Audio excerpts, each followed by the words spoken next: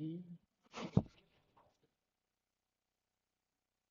don't know if it'll work better for you to be over here, brother. Yeah. And as long as you stand right in front of that computer, they can see you on the TV. Oh, wrong one. That one won't come on. There's no batteries.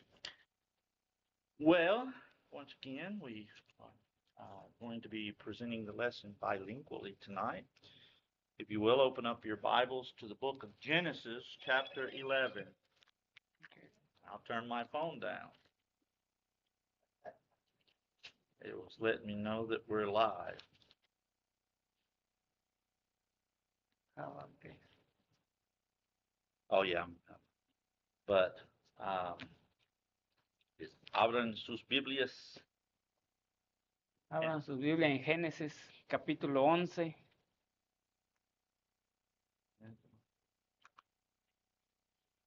So we're looking at verses 1 through 4, and we see the idea of one language. Vamos a leer en Génesis capítulo 11, versículo 1 al 4. Y vamos a estudiar de un idioma. Un idioma.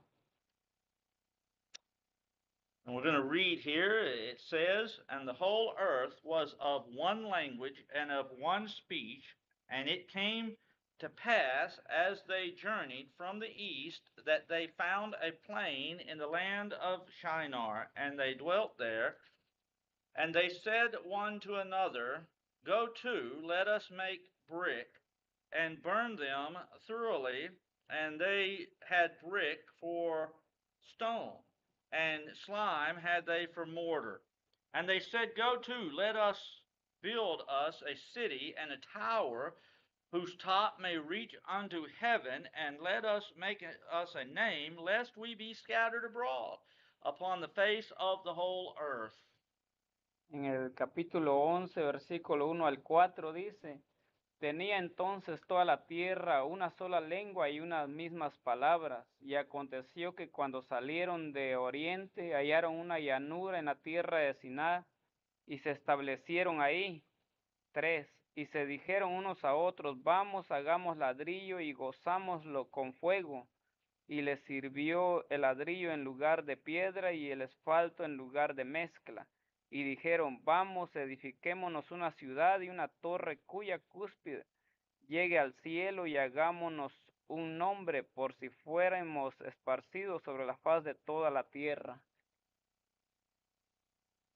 It's natural that they had one language, as they are all descended through Noah and Adam before this. Es natural que tuvieran un idioma, ya que todos descienden de Noé y Adán antes de esto. We see that they have violated God's command to replenish the earth. Vemos que han violado el mandato de Dios de henchir la tierra. Genesis chapter 9 and verse 1. Génesis capítulo 9, versículo 1. And God blessed Noah and his sons, and said unto them, Be fruitful and multiply, and replenish the earth.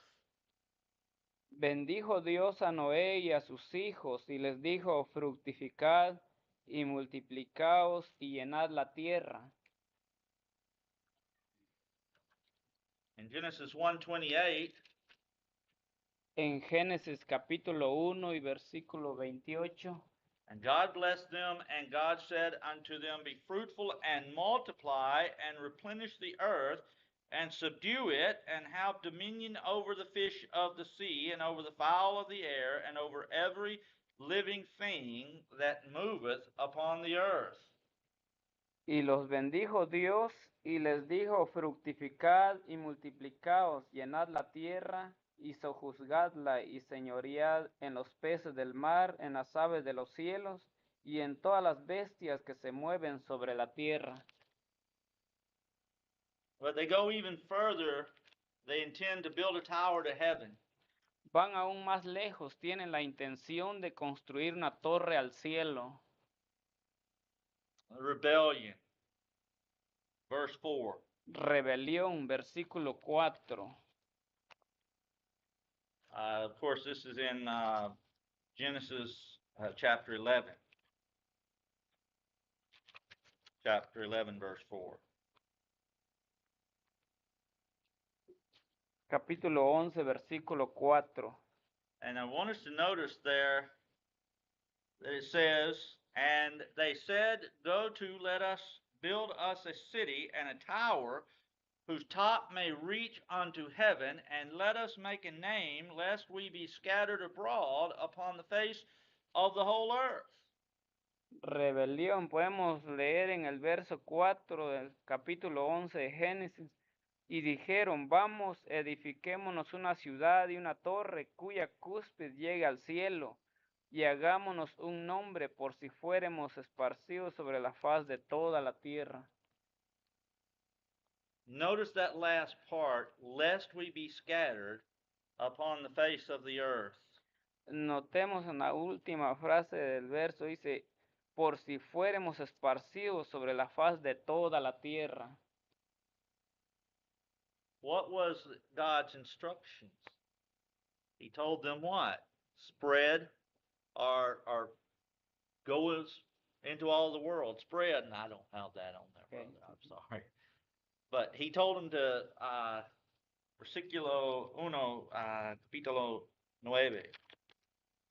En Génesis capítulo 1, versículo 9, podemos leer lo que él está diciendo.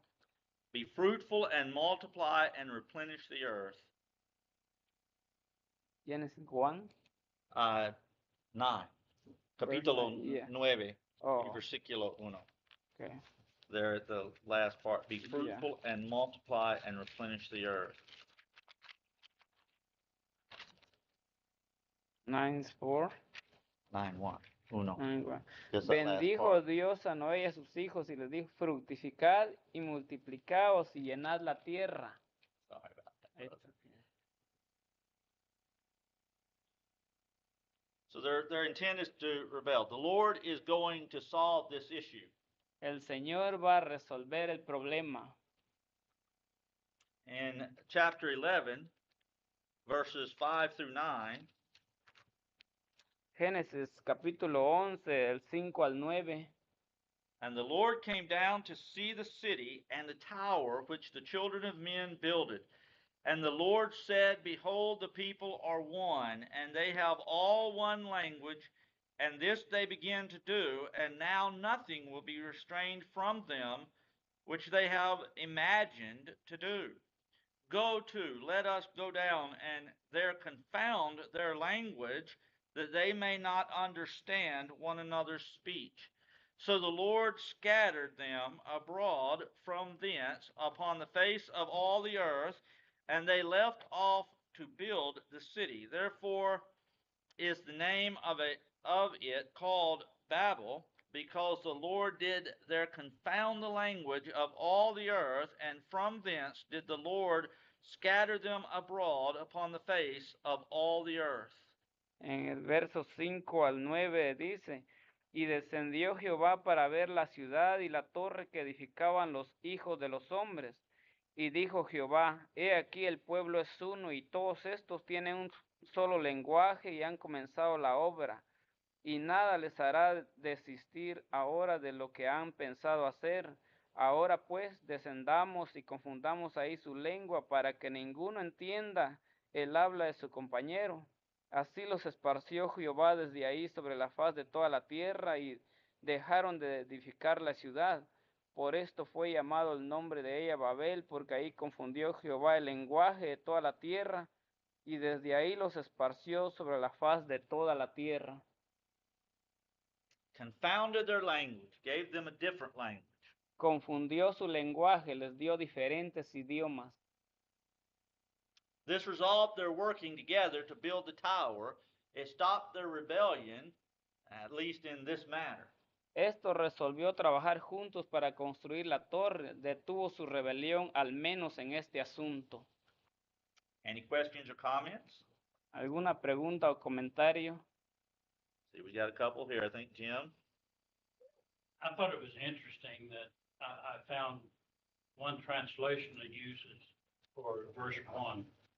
Of chapter 11? Yeah. one lip, one stock of words. What translation was that? Duryea. To what? Duryea. Están diciendo de una traducción en el capítulo 11, versículo 1. Una traducción. He found a translation that was local. Little different. Okay. John? One, I don't see how people think they weren't multiplying. I mean, they are. They're heading east. But, I mean, it takes time to have kids and do all this stuff. I mean, it's not instant. I mean, we start out with Noah and his family, and now we have cities. I mean, they're multiplying. They're probably not going quickly as they should be, but they are. The problem isn't that they're not multiplying, that they're not having children, having families. The problem is that they want to all stay together. They're not wanting to spread out. If you notice there in verse 4, capítulo 11, versículo 4, there at the end of it, lest we be scattered abroad upon the face of the whole earth. So that was the intent there, the problem is they were rebelling in that they were not spreading out. They were, God tells them go spread out basically, be fruitful and multiply, fill the earth. And they're saying, well, we'll just build us a tower up to heaven. Why? What are they going to do if they get to heaven? Are they going to overthrow God? I can see the rebelling part, like you said, they didn't scatter. I think the tower part is more of rebellion. I think it's more of look at me mentality. It's kind of like the rich person who has the biggest house, the fanciest cars. He doesn't do it because God has blessed him and he did everything right. He's doing it for prestige. Kind of like certain people have fancy cars and have nice houses, but yet they don't give anything to the church or anything else, It's like, they're all about themselves instead of what God wants. I think that's where more of this comes into is they were thinking about themselves. I can try to explain. Estaba comentando al hermano que, por ejemplo, en el verso 9 de Génesis, bendijo Dios a Noé y a sus hijos y les dijo, fructificad y multiplicaos y llenad la tierra, que Dios les había dicho que se multiplicaran en toda la tierra, pero ahora el hermano dice que no, ese es el punto, que el punto es de que todos se unieron para hacer la torre, o sea, era una unión, no está hablando de este tema, pues, de que Dios dijo que se fructificaran, pero es algo diferente, que ellos estaban uniendo para rebelarse con Dios de hacer la torre y llegar al cielo y para que no fueran esparcidos.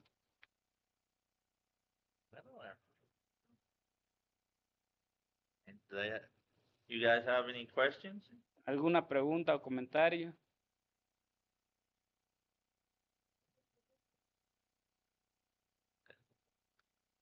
We next turn to the generations of Shem.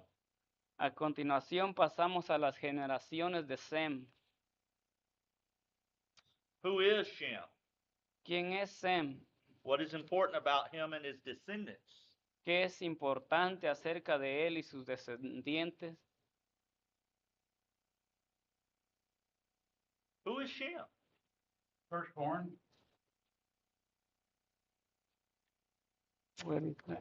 I'm not sure Shem was the firstborn.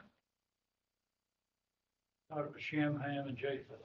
That's how they're listed, but I'm not sure that I think that's how they're listed, but I'm not sure he was the firstborn. Firstborn first. Not always. Most of the time, yes, but not always. I think because Shem was born in Noah's 502nd year, but who is Shem? What's so important about Shem? The family of Christ. Él está preguntando quién es Sem. Si tú sabes, pues, quién es Sem.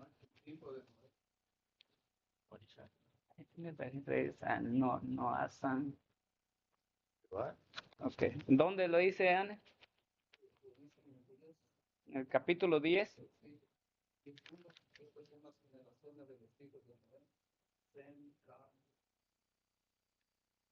Yeah, he's Noah's sons, but he is. Mhm. Yeah, Noah. Yeah. He's Noah's sons. Yep. But as Jim said, he is the one Christ came through. He's the one Jesus is descended from. Oh, okay. Dice que de ahí descendió Jesucristo. We're not going to spend time going over the specific names given here, but I do want us to know that it is through Shem that Christ came. No vamos a perder tiempo repasando los nombres específicos dados aquí, pero sí quiero que sepamos que Cristo vino a través de Sem. So as John said, that is the bloodline of Christ. Oh, Any questions or comments there? ¿alguna pregunta o comentario? Dice. So that's the only reason they're listing Shem's family at this point, because Christ comes from his bloodline and not his brothers. I think that's the ultimate point in the Bible. I don't know about necessarily this exact, because I don't think it doesn't actually list Christ in here. Right.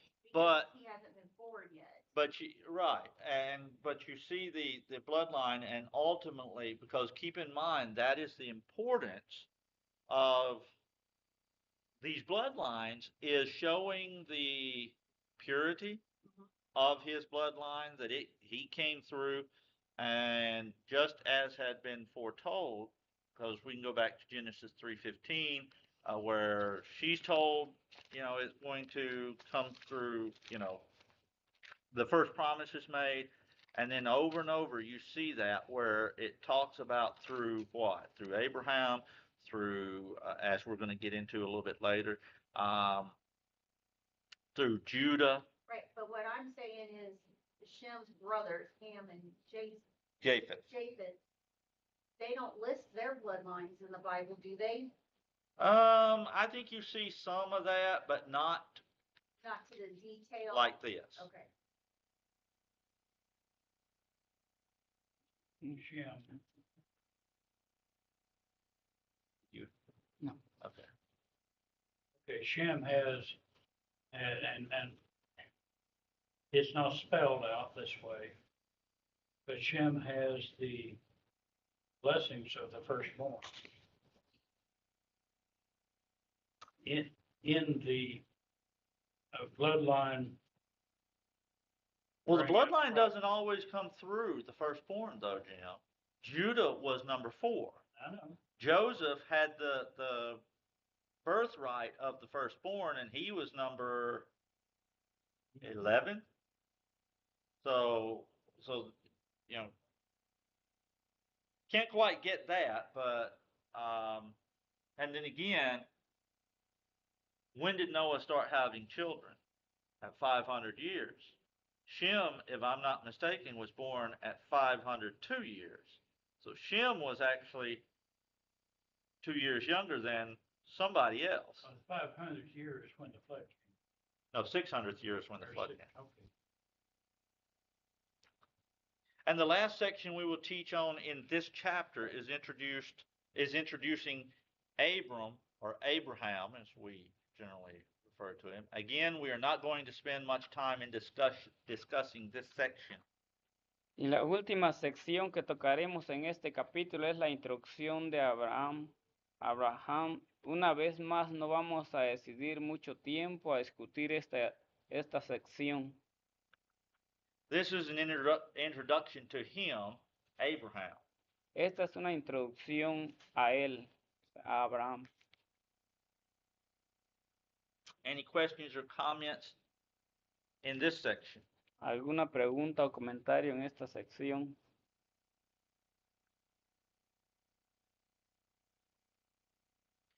Now we're going to get to the fun part, chapter 12.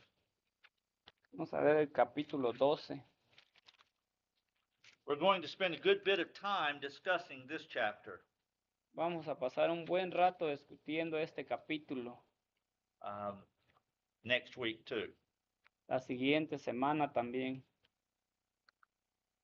In Genesis 12, verses 1 through 3, En Génesis capítulo 12, 1 al 3, we read, Now the Lord said unto Abram, Get thee out of thy country, and from thy kindred, and from thy father's house, unto a land that I will show thee. And I will make of thee a great nation, and I will bless thee, and make thy name great, and thou shalt be a blessing. And I will bless them that bless thee, and curse them that curseth thee, and in thee shall all families of the earth be blessed. en Génesis capítulo 12, versículo 1 al 3 dice, pero Jehová había dicho a Abraham, vete de tu tierra y de tu parentela y de la casa de tu padre a la tierra que te mostraré, y haré de ti una nación grande y te bendeciré y engrandeceré tu nombre y serás bendición. Bendeciré a los que te bendijeren y a los que te maldijeren maldeciré, y serán benditas en ti todas las familias de la tierra. God tells Abraham to leave. Dios le dice a Abraham que se vaya.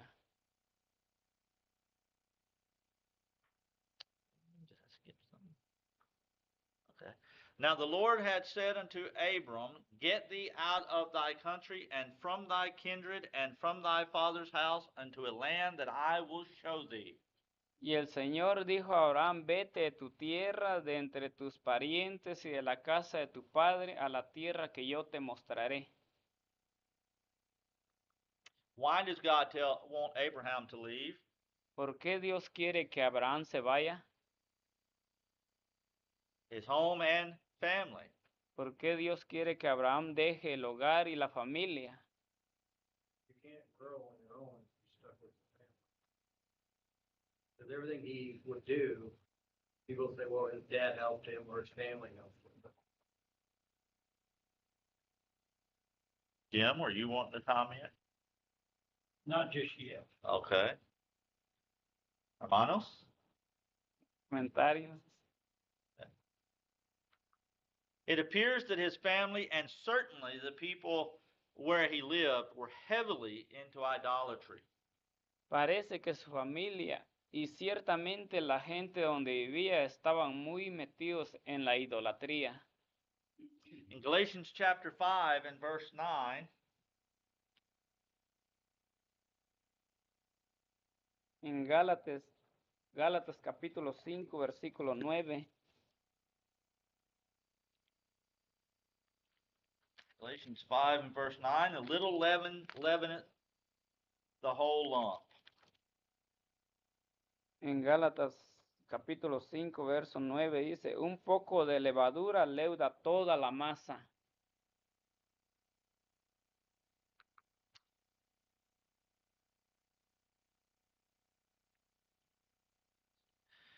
So a little leaven leaveneth the whole lump. Un poco de levadura leuda toda la masa. Is that just talking about bread? Nope. About anything. And in this, it's talking about what? It's talking about the people around him would be a negative influence.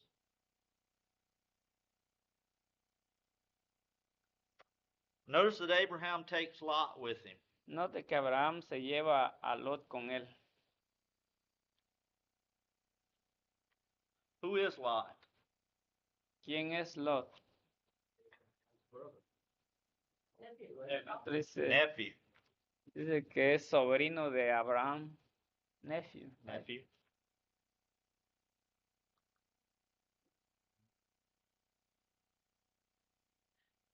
Now, can I say something before we get too far? I was just going to ask any questions or comments. Okay. Back in verse 2, Of where are you? chapter 12. Chapter 12, verse 2. Capítulo 12, versículo 2. Dos. I will make of thee a great nation. This in a sense, will compensate for the loss of the country that he's leaving. Okay. Secondly, I will bless thee. The place of his birth, the kinfolks that he's leaving behind, things like that. Here again is compensation for that. Thirdly, I will make thy name great. God is also compensating him for his leaving his father's house. He would have been the patriarch of that house. He is now going to be a patriarch of a whole new nation.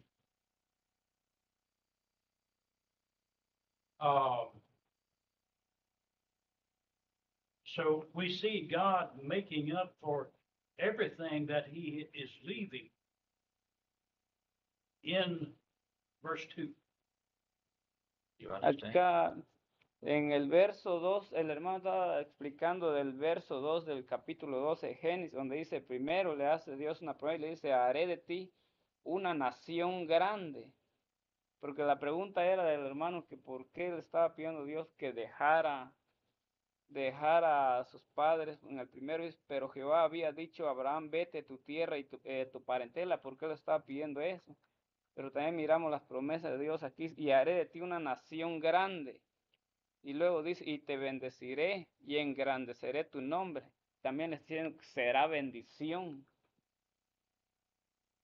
So the follow-up of this is that if we are required to leave home, family, whatever, to stay true to God, God will compensate us for that. Que Dios le pidió a Abraham, pero Dios iba a recompensarlo a él. I don't want to get too far ahead of him, but I believe God's going to compensate him, but I believe Abraham kind of deceives some rulers, because we'll see like Pharaoh, who gives him this stuff because of his wife, then turns around and he's not honest with them. He's not honest a whole lot with these people. It's kind of deceiving. Well, that is well ahead of where we are, but you do touch on something that I wanted to, the point I was making about he takes Lot with him. What did God tell him? What did God tell Abraham? ¿Qué le dijo Dios a Abraham? Told him to leave. Le dijo que se fuera. Leave what? His home and his family. But yet he takes Lot with him, doesn't he? So he's technically disobeying God.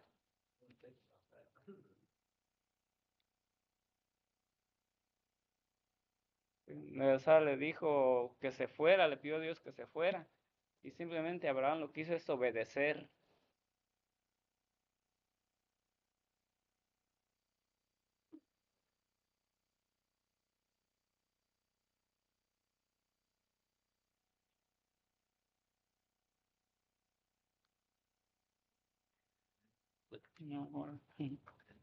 We'll stop here and pick up with the promises God made to Abram next week. Nos detendremos aquí y recogeremos con la promesa que Dios le hizo a Abraham la próxima semana. So be reading here in chapter 12, especially verses 2, 3, and 4. Y vamos a leer el capítulo 12, especialmente el 1, 2, 3, 4. 2 al 4. Del 2 al 4, dice. But you can read the whole chapter. Yeah. But be reading that. But we're really going to spend a lot of time next week on the promises, and Jim touched on those. Okay. Del 2 al 4 va a ser el tema la próxima semana, pero podemos leer todo el capítulo si queremos. ¿Viste? Génesis capítulo 12. Any questions? ¿Alguna pregunta? Well, then we'll stop and appreciate those who joined on YouTube or Priest Truth Radio, and hope you'll join us next week. Vamos a detener aquí y dar gracias a los que están en YouTube y en los que escuchan en la radio. Y nos vemos la próxima semana. We'll stop.